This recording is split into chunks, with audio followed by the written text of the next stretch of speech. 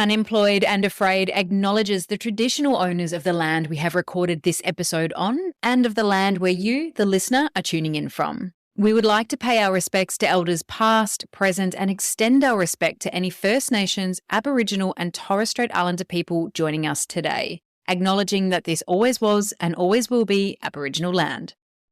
Welcome to Unemployed and Afraid, a podcast that explores the glorious mess of building brands, businesses, and a career you love with the people who've done it. I'm your host, Kim Curtin. Thank you for being here. Let's get into today's story of starting over. It's good to have you here. Thank you for continuing to show up for yourself in this business building gig, ready to hear another inspiring story of creating a small business. And trying to describe the experience of creating a business to another human is a challenge at best, mainly as the extreme roller coaster makes zero sense. So I'm grateful to have you here and the entire Unemployed and Afraid community who will understand exactly what I mean when I say that I feel like right now I'm strapped into a big, scary push period where the energy of what I hope for my own business is kind of pulling me along despite myself. But I feel in my bones that things are happening right now and everything that I've doing and I've been working on is compounding and growing. And yes, dreams don't work unless we do, but I put this growth down to me finally investing in getting some help. Well-qualified and amazing humans who are taking my terrible briefs and making some magic out of them. And this is happening only after an extended period of self-doubt and absolute to-do list paralysis that put me into the mode of only doing the loudest and most important tasks, e.g. getting a podcast episode live, which only compounded my hesitancy to invest in help, both financially and emotionally. I'm assuming you know exactly what I mean here, but I'd naturally love to hear about your experience. So always feel free to slide into my DMs at Unemployed and Afraid on Instagram and share your experience of growing your business with me, because community in this gig is everything. I hope you've been experiencing some big shifts in your own work, but if you're not right now, I hope you're finding time to appreciate the messy middle time, because every phase is important and has something to teach us, even if we can't see what that is yet. Okay, so today's story, what can you expect? With our lovely guest, Kylie, we talk about those sliding door moments that can completely transform your trajectory. What creates an engaging brand experience? How starting with a wide audience and offering can show you where you need to focus, and the headspace you can create when you get pre-scheduling. She's a kindred spirit in her push-pull desire to jump 2 feet into an idea, who shares so much about business building, why you should always start where you are, and the importance of giving. I hope you enjoy our chat. I'm here with Kylie Wallace, CEO and Chief Gardener of Seedling Giving, a personalised charity matching service providing vetted and trustworthy recommendations for individuals and businesses to make the process of giving simpler and safer. Their experienced philanthropic advisors learn about your values, giving goals and objectives, then do the research to find charities you can trust and support with your full heart. Seedling prides themselves on finding charities that you won't see on billboards, preferring to recommend small to medium-sized grassroots organisations which have small budgets and are careful with their expenditure, making it easy to understand how your donation will create a significant impact. Kylie has been recognised as one of Australia's leaders in fundraising and was awarded as the 2019 Mover and Shaker by the Fundraising and Philanthropy magazine. And without giving away too much of her amazing backstory, you may have already encountered some of her incredible work if you've ever seen the Polished Man campaign. Seedling Giving is the only service of its type in Australia, trusted by Zoe Foster-Blake and around 2,500 other people on their database, and recently celebrating their first year as a social startup with success figures including a whopping $381,000 in donations placed. Kylie, what an amazing social enterprise you have created. I almost ran out of breath there getting through it, and I cannot wait to hear your story. Welcome to Unemployed and Afraid. Thank you so much for having me. Really excited to be here. Oh, it's my absolute pleasure. And what a beautiful business to research in terms of preparing for our chat today. Before we get into that, though, can I ask you how your best friend would describe you? Oh, that's a great question. I would say they would describe me as energetic, fun-loving and somebody that is always trying to do something in any way that I can to try and make the world a bit of a better place. Oh, what a beautiful way to be described, and very important attributes for business building, might I add. So very good to hear. Before Seedling Giving was a living, breathing organisation in your world, who were you? So I spent the last 12 or 13 years working in the not-for-profit and corporate social responsibility space, working with really small not-for-profits that are run on the love, passion and power of volunteers, up to where I was working most recently, working with World Vision, which is Australia's largest not-for-profit. And then I did a stint working in corporate social responsibility, working with Priceline and heading up their CSR program there. And so my work has always been working in fundraising and marketing for great not-for-profits, and have absolutely loved being able to work in this space and contribute in this space, and the beautiful kinds of people that it also seems to attract as well, which has been also a great highlight of working in the sector. Yeah, incredible. What do you think drew you into the not-for-profit or corporate social responsibility space in the first place? It was actually an experience that I had back when I was just 19. I had a bit of a sliding doors moment where I could have either gone over to Europe with a group of mates and traveled around there and done some work in London, or going over and doing some volunteer work overseas. And I ended up choosing the latter option, and I ended up in India, and I worked with a volunteer group over there. It was set up through a US organization called Global Crossroads. And that time working in India and then later in Thailand had a really profound impact on my life. And I had some really amazing opportunities to work with a bunch of different organizations over there, and seeing work firsthand and experiencing firsthand as well poverty and the absolute crises that were going on the ground over there. And it had such an impact on me that I wanted to try and from there commit my life to being able to do what I can to make an impact for those less fortunate. And it's sort of been an evolving journey over many years since then, but it was a truly amazing experience and really sort of set my life off in a new path and a new direction.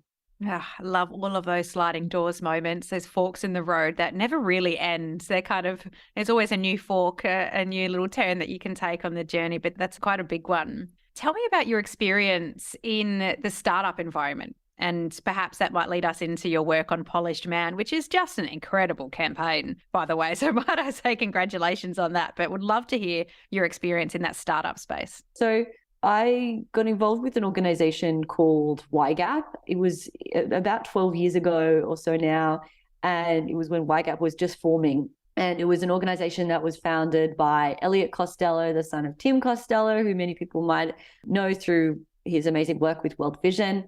And YGAP was a really creative and innovative organization that was set up to be able to support and back entrepreneurs who were doing amazing work across the world. And YGAP also looked at creative and innovative ways to fundraise. So I was involved in a lot of their fundraising work, initially 5 years as a volunteer and then 5 years as a paid employee, where I got to run the Polished Man campaign. And one of the great things about that community was we had an amazing base of volunteers who all had great backgrounds and skill sets, from PR and marketing to people who are working in the event space. And so what we were able to do is sort of bring those expertises to the table and put them to good use through the organization. And so we were also really excited to be able to find ways for people to get involved. And that was through our great events and our social enterprises like Feast of Merit, the restaurant that we had for many years in Richmond, and Kinfolk Cafe in the city.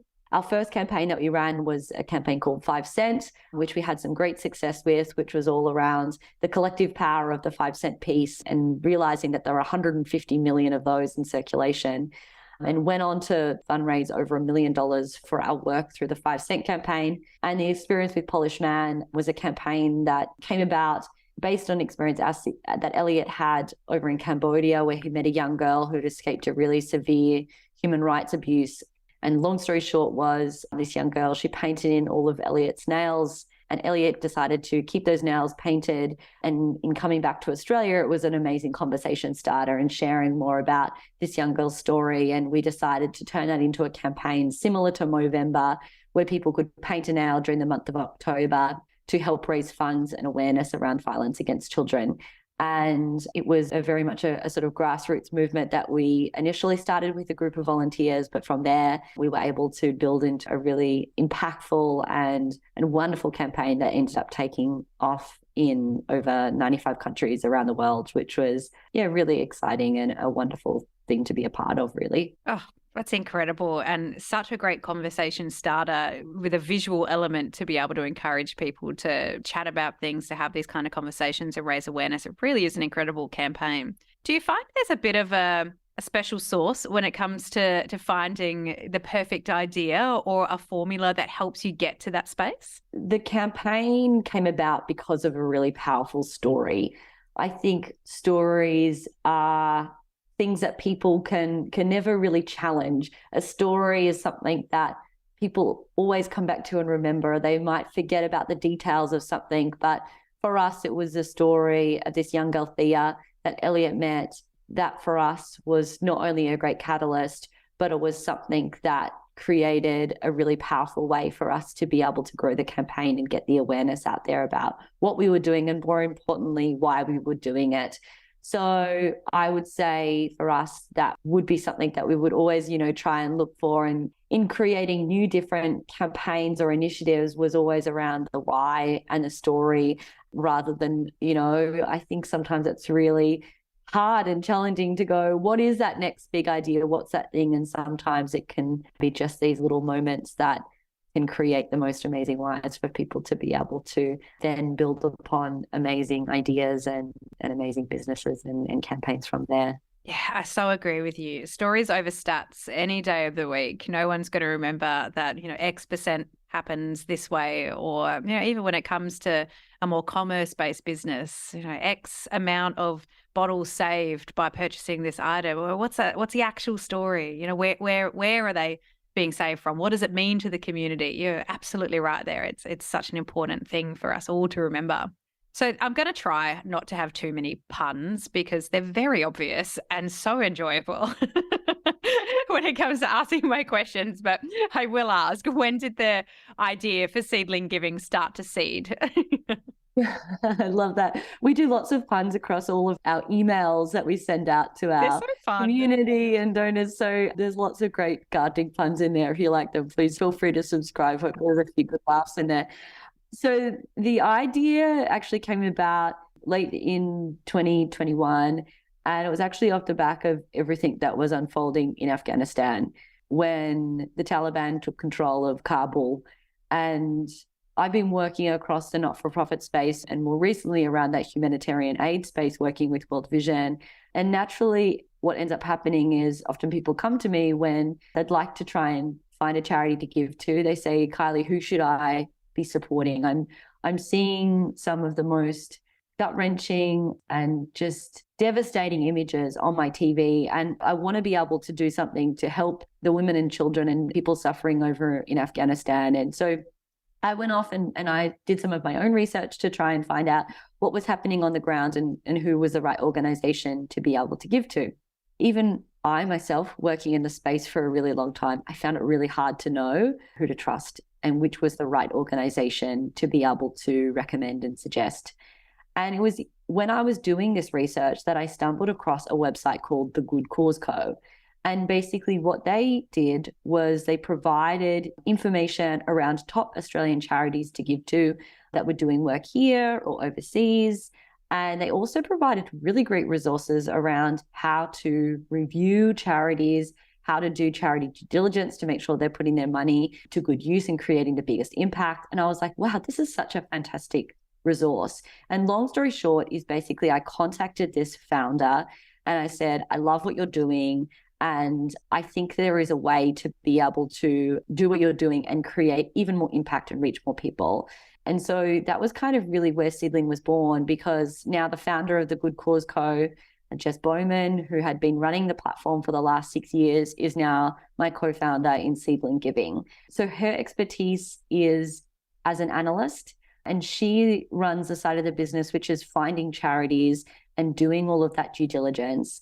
And my side of the business is in doing all of the branding, the marketing, and also working with all of our amazing clients who are giving money away. So that's kind of, I guess, how we sort of come together and kind of built up a wonderful working relationship and built I guess, a really great team together as well. Isn't that awesome? You never really know when you're going to meet the person you're going to be working with in this business building space. We often think we're approaching it as just an individual or person building this, but you never know. That next great partner in creation could be right around the corner, one conversation away, and you might find that perfect person. It's brilliant. Yeah, I think it's almost like, I guess, dating, where you just don't know when you're going to meet that person. And for us, it's just been a match made in heaven. And we have such a great mutual respect for each other's craft. And we are very much sort of yin to each other's yang, and we share really similar values, which is wonderful. And we have a very similar vision around where we want to be able to take this great business and how we want to be able to grow it as well, and the kind of impact that we'd like to be able to make and bring to people who are wanting to be able to give and do good better. Did you have any reservations about creating the concept or the business at this stage? Yes, I think for me, I've always really wanted to be financially independent. I've been really lucky that just sort of learning the basics of financial literacy through my dad. And ever since, obviously being quite young and wanting to be able to take this path around working in the not-for-profit space, most people know that you don't get paid as well as maybe what you would be working for a commercial business. So for me, it was really important, because I wanted to follow this journey, is that I needed to be able to work out how I could do what I can to protect the money that I had and make that money work as hard as I can to, I guess, give me that financial stability to be able to do the work that I do and choose this career path. And so I think one of the big things that I found really challenging initially with setting up Seedling is because we weren't and we're not drawing much of an income from it at the moment. It's just being able to balance how I can continue to look after my own finances. That's definitely a reservation that I have and something that I do struggle with. I heard this quote the other day that 3 of the biggest addictions in the world are cocaine, carbohydrates, and a regular income. That's so legit. So I'm sure that maybe some of your listeners who are in a similar space or also trying to set up their own businesses, it is something that I do constantly struggle with. And I think it's like working a muscle and just constantly being able to come back to having the confidence to keep going and back yourself, even in times where you go, this is so hard, when you don't know exactly how much income you're going to be bringing in and when that next, big client might come along. There's a lot of unknowns, but it's how you can become comfortable in the uncomfortable. And for me, I just continuously come back to my why and the kind of impact that we can make and the genuine, wholehearted belief that this is the right solution to a really big problem that a lot of people are experiencing. And I guess that's what helps to fuel me in those times of uncertainty. It's such an important thing to talk about a little bit more often, is that fear. I had no idea that their regular income was actually an addiction. It's really landed for me. You can naturally understand. It's one of those core human aspects, isn't it? Safety, security, knowing where things are coming from so you feel free to be creative and at least have the baseline looked after so that you can go, okay, I'm good. I can get a bit of a breather. It's so very true. Have you ever considered, maybe taking on some consultancy or anything in that space to help you float? I mean, I'm interested in if that's ever entered your decision matrix, or even if it's not, why you're still dedicating your time 100%. Yes. So I have actually been doing a little bit of work on the side as well. So initially I was doing some consulting into the not-for-profit space. More recently, I was doing some work with a startup law firm, helping them with some of their partnerships and marketing work as well. So yes, to be honest, it's kind of like something that then I try and balance with getting a little bit of work on the side and bringing in some cash, because at the moment for us, we wanted to be able to reinvest the profits that we were making back into the business to keep sort of building up a really solid base and foundation. So yes, and then just kind of, I guess, working through how you can do what you can to minimize your everyday sort of living expenses and things like that, just to know that for a period it's going to be a pinch point and it's going to be a bit more challenging, but we know that that's not going to be like that forever. It's just for now, and setting some really clear targets and that kind of thing, so we know that we're not working in vain, that we know that we're working hard towards something that is building some really good momentum and it is paying off as well. It's so important. So important. I think so many people get caught up when they're starting something as well with, oh, I don't want to do any work for someone else or take on a contract or consultancy because, you know, I feel like I'm letting myself down in some way. You know, I consult, I have the whole way through this journey. I work with another person, 3 days out of my week, and then build up my businesses on the, I say on the side. It doesn't mean it's a side hustle. It's just a balance between your business pursuits and then making sure that you have the financial security and safety, doing things you're still passionate about with people you still care about, but balancing that. And I think if anyone is listening and thinking, oh, it's a step back to take, to work with someone else, absolutely not. You have to look after yourself first and foremost so you can show up for your business, no matter what that looks like. So thank you for sharing that. I think it's really, really valuable. You're welcome. How did you take this service to market and market yourselves? And it's such an interesting business offering. And like I said in my intro, something that doesn't exist in Australia yet. So how did you go about that marketing challenge? Well, I think what we did initially was really identify the problem that existed. So in Australia, there are now close to 60,000 charities out there to choose from. And what we know is that people are just overwhelmed with choice. They don't know where to start being able to identify which is the right charity for me, which one is high performing, where does my money actually end up going? We know that also on average, Australians are only giving away around 0.25% of their annual income to charity. So not even 1%. And we believe that's not because people don't feel like there are problems in the world or feel like there are opportunities for them to make an impact with some really great causes, but it's because there are all of these barriers that are really holding people back from being as truly generous as what they would like to be. And if we could create a service that helped to address these barriers and make giving a bit easier and a bit safer, then we feel like we can really unlock not only an amazing thing in terms of the kind of social impact that we can create with Seedling, but also create a way for people to find a little bit more purpose and meaning in their own lives and really tap into that through giving as well. So in terms of like how we actually sort of built it from there, we're really lucky that we had a lot of our own personal networks and base to be able to sort of begin from. Jess, through the Good Cause Co, had built up this wonderful database of around 2,500 people over the last 6 years who were everyday Aussies who wanted to give to charity and wanted a bit of support around who to give to and how to find these real top performers. And then I'd built up over the years working with major donors and people who wanted to make an impact, and really that sort of personal network of people I could initially go out to. So we started with the test. It was a friends and family opportunity to build some great learnings. As much as I just wanted to sort of jump in there and get going, it was really important for us to sort of stop and go, let's do an initial test. So we had 8 donors who agreed to initially go through the whole process, real donors who wanted to give. And all we asked from them was their feedback as well as feedback from the charities as well, because we have that sort of two-sided marketplace.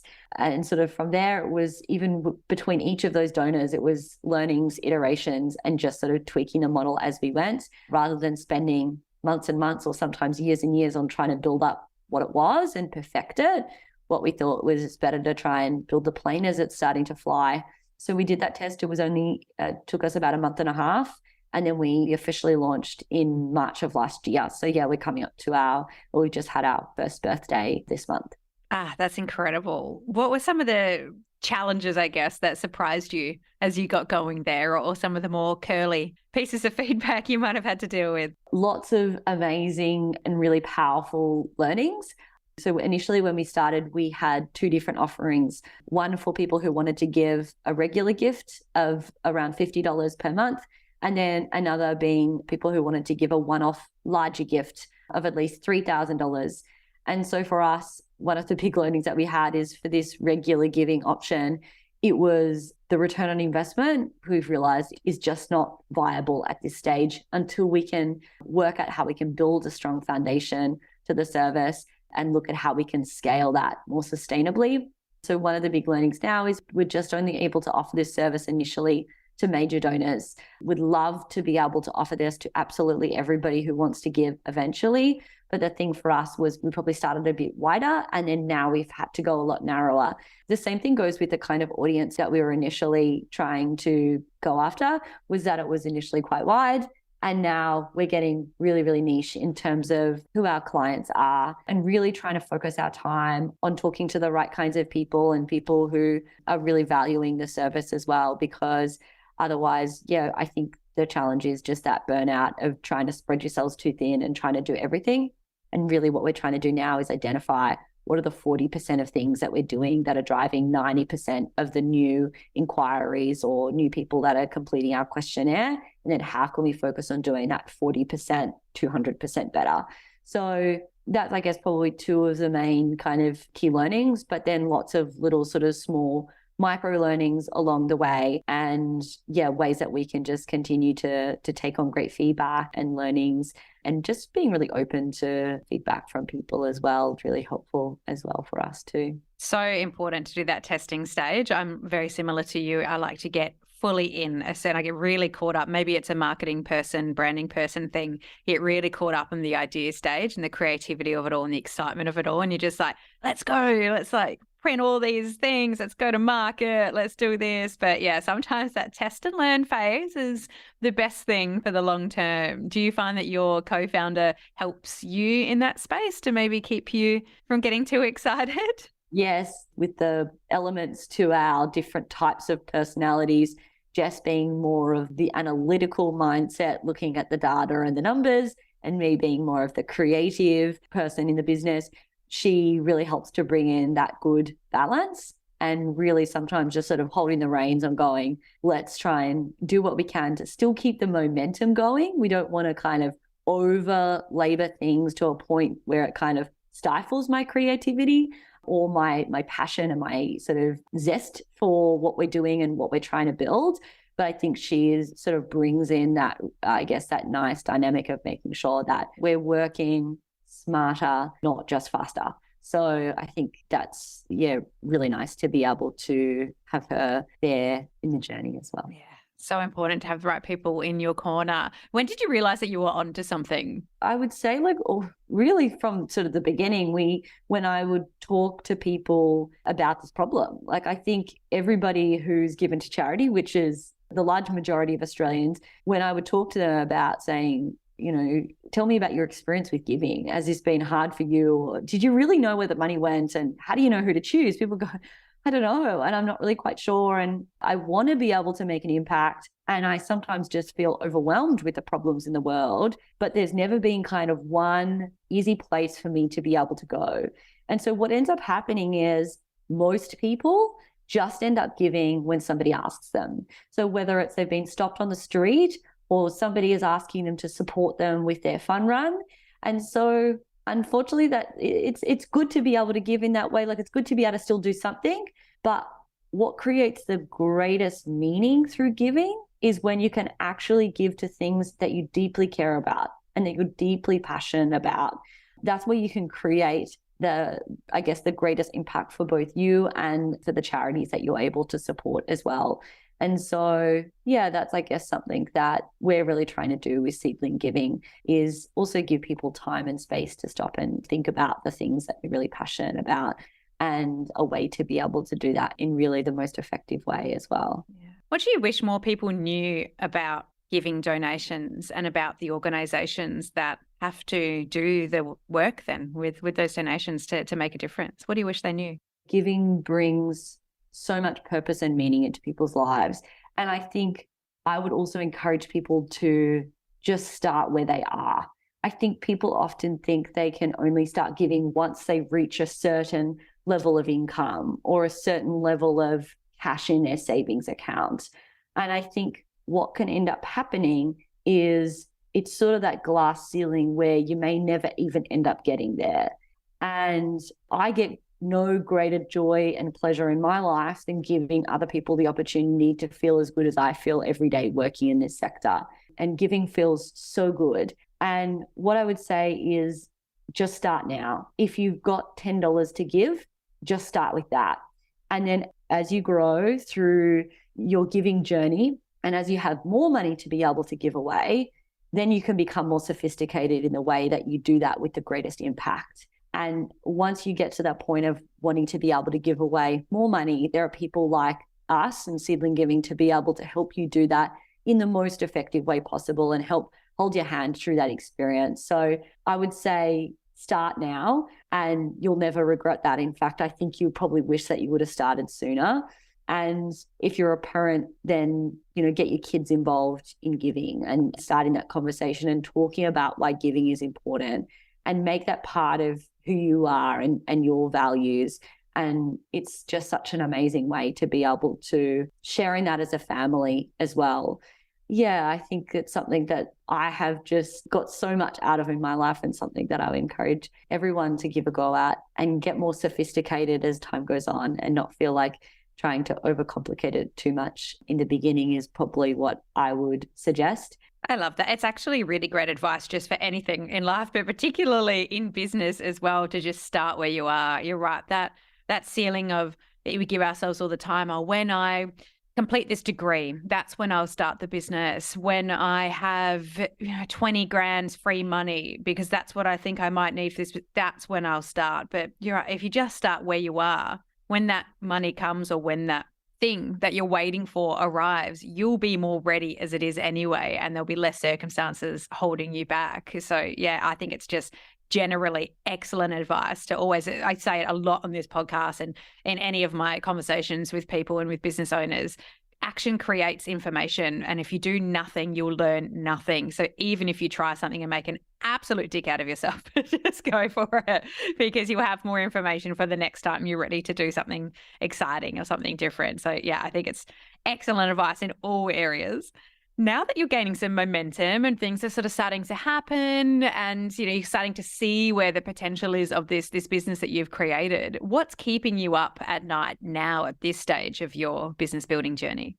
Now we've built that really nice solid foundation. And that for us was building the website, getting all of the EDMs, the email, direct mail set up, building our funnels, like email funnels and that kind of thing. I preload a bunch of our social content as well. So that really helps me to be able to then go, I know that there's going to be communication going out there and that those new leads are going to be nurtured automatically. So I sort of feel like that's the really nice, solid foundation that I've been able to kind of set up really over that last year. Then it sort of frees me to be able to work on more proactive opportunities, whether that be through going after sort of PR and media, looking at how we can promote ourselves through sort of speaking engagements or applying for different awards, helping to build that credibility. For us, the biggest problem at the moment is just awareness. We know that on average, there are around 4.5 million people who give to charity in Australia every year. Totals about $12.5 billion. So Australians are giving away money. And for us, it's just about being able to build the awareness that this service is available. Now, we don't have marketing budgets. At the moment, it's just us rolling up our sleeves and getting our hands dirty and hustling. So being able to get out there and I guess use some of these creative techniques to be able to get free advertising and word of mouth is really what I'm starting to focus on now, so people can just know that the service is available. One of the interesting areas in the space of giving and philanthropy is around family foundations, sometimes known as PAFs. They're giving away a lot of money every year as well. So how we can sort of build those connections into that area as well is something that we're starting to focus on. So that's kind of where we're able to transition now into feeling like the base is there, and also knowing really that end-to-end journey that our clients are going through. We've really been able to hone that and get that to our point where we know that people love the service and value the service and feel appreciated and feel that real love back from us and the charities, and that appreciation, which is really important. So yeah, now we can kind of start to focus on more outreach, getting the word out there that we exist, and building networks into the kinds of people that, yeah, we can really help and that value the contribution that we can help them with and to make with their giving. Oh, automation is one of those things that I am obsessed with, but don't do. So I think you've just dropped an incredible Easter egg there. If there's anyone else listening who's like me and you're thinking, oh God, I just spend way too much time thinking about what social content that I need to actually create and then get out there. Social content scheduling just sounds like an absolute dream. What platform do you use to schedule your content? It's a platform called Sendable. So the inside scoop is, so I will write all of our EDMs and all of our social posts around 12 months in advance. So that's all sort of set up.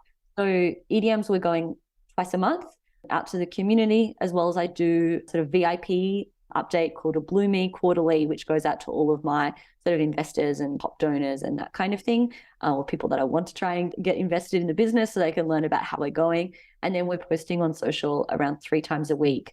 So we've got Facebook and LinkedIn. We cut Instagram because it was a bit too much work and we weren't sort of seeing the right sort of traction on that channel. So we decided to cut that. And so basically then I set it all up. So then at least I know that there's content going out there. And then if I get any topical news that I need to be talking about, then I'll just pause a post, move that out, and then I'll talk about whatever we need to be that's timely for what's happening at the moment. So I also use things like Google alerts for what's happening around charity and philanthropy and that kind of thing. So I'm able to sort of keep track of current affairs and news that might be related to giving. And then I'm able to obviously talk about what's happening right now. But otherwise, then at least I know that a lot is kind of going to be coming out without me having to be thinking about it every day or two. Huge life hack in terms of creating mental headspace for the things that are right in front of you. I love that. And thank you. I will have a look at Sendable and check it out as an option, because there are so many scheduling tools out there that you just don't know which one's going to be right. And yeah, so it's all a bit of a process, but I love that you've invested the time to do that, because you're right. It's the only thing that's going to free us up to do the work that really matters. If we can get a little bit of our marketing laid down and get that free headspace back, it's excellent advice. Where do you hope to see it grow to? Again, pardon the pun. Yeah, it's a good one. So our vision in the next 10 years is to have 4.5 million people use the Seedling service and to give 5 times more than what they're currently giving. So our vision is to get people from giving 0.25% of their annual income to charity to 1.5%. So in terms of that, when you think about that, so $12.5 billion going into the charity sector every year, the kind of social impact that we hope to be able to contribute to is something that really excites us and drives us and really motivates us as well. Such good goals. I love it. My final question for you, Kylie, you have just shared so much. I mean, I don't know if you meant to, but you've also shared some incredible practical tips on business building as part of your journey. So thank you for sharing that. And thank you for creating a business that's so powerful and investing yourself into creating a business that's so powerful. You know, the self-sacrifice that comes with building something like this cannot be underestimated. And the fact that you're putting yourself out there and challenging yourself financially to be able to build it is really incredible. So thank you for everything you've shared and everything you do. How can the listener and I support you on the journey in your next steps? Oh, thank you for the offer. That's so kind. I think any ways people can support is if you or maybe your business would like to be able to consider supporting a charity, then obviously the service is available. Our minimum gift is $5,000, but if that's too much, we have a really fantastic resource on our website. We've got an ebook, which is the top 12 things to think about when finding a charity to be able to give to a high-performing charity. So you can do a bit of that due diligence yourself, and it's a really great way to be able to start your journey wherever you're at if you want to give away even $200, it's a really great way to be able to use a bit of a step-by-step guide and being able to work out the right charity that's for you and the best one to be able to look after that money and make the biggest impact that it can with your giving. So they're the ways that people can, I guess, initially start, and welcome you to, follow our journey online and follow us on socials.